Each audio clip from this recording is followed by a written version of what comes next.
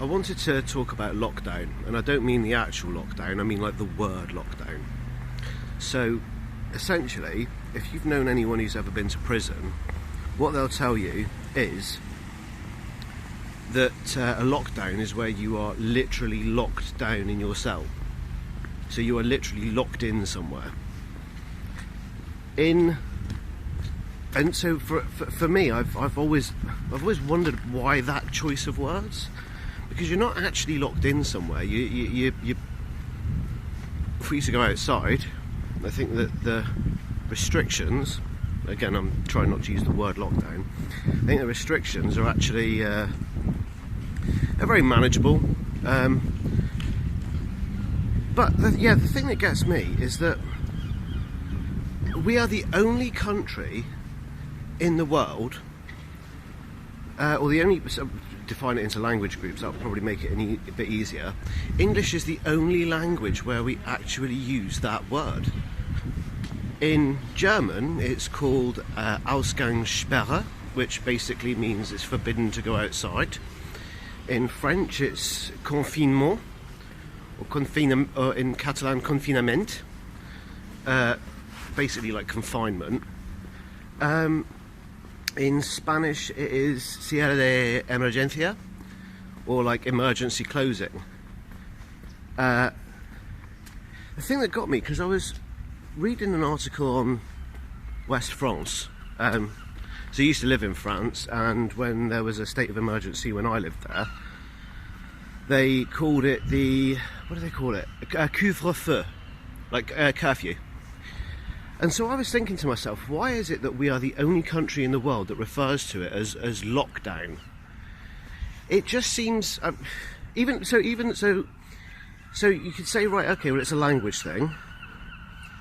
In America, they don't call it lockdown. In America, they call it what's called a stay-at-home order. I just think there seems something so militaristic about that particular word, because first of all, it's not a lockdown. You're not locked in somewhere. You have the freedom to, well, I would say you have the freedom to leave your home. You don't, but, well, common sense, you know. But, you know, you have the freedom to go outside and you have the freedom to exercise, and you're not physically locked in anywhere. So why would they use the word lockdown? Because I think it's kind of like, it's one of those things, like the language around it just seems so, it just seems like a really militaristic term. Like, if it was me, I would just refer to it as what I see it as, which is restrictions. Is that somebody saying, well, you know, restrict your life, and I think that is, to a certain degree, a reasonable thing to ask somebody to do. Just do everything that's necessary for the moment. But the actual word lockdown, it sounds so oppressive. And like I say, it's like only in the British English speaking world is that term ever actually used. It's not used in any other language.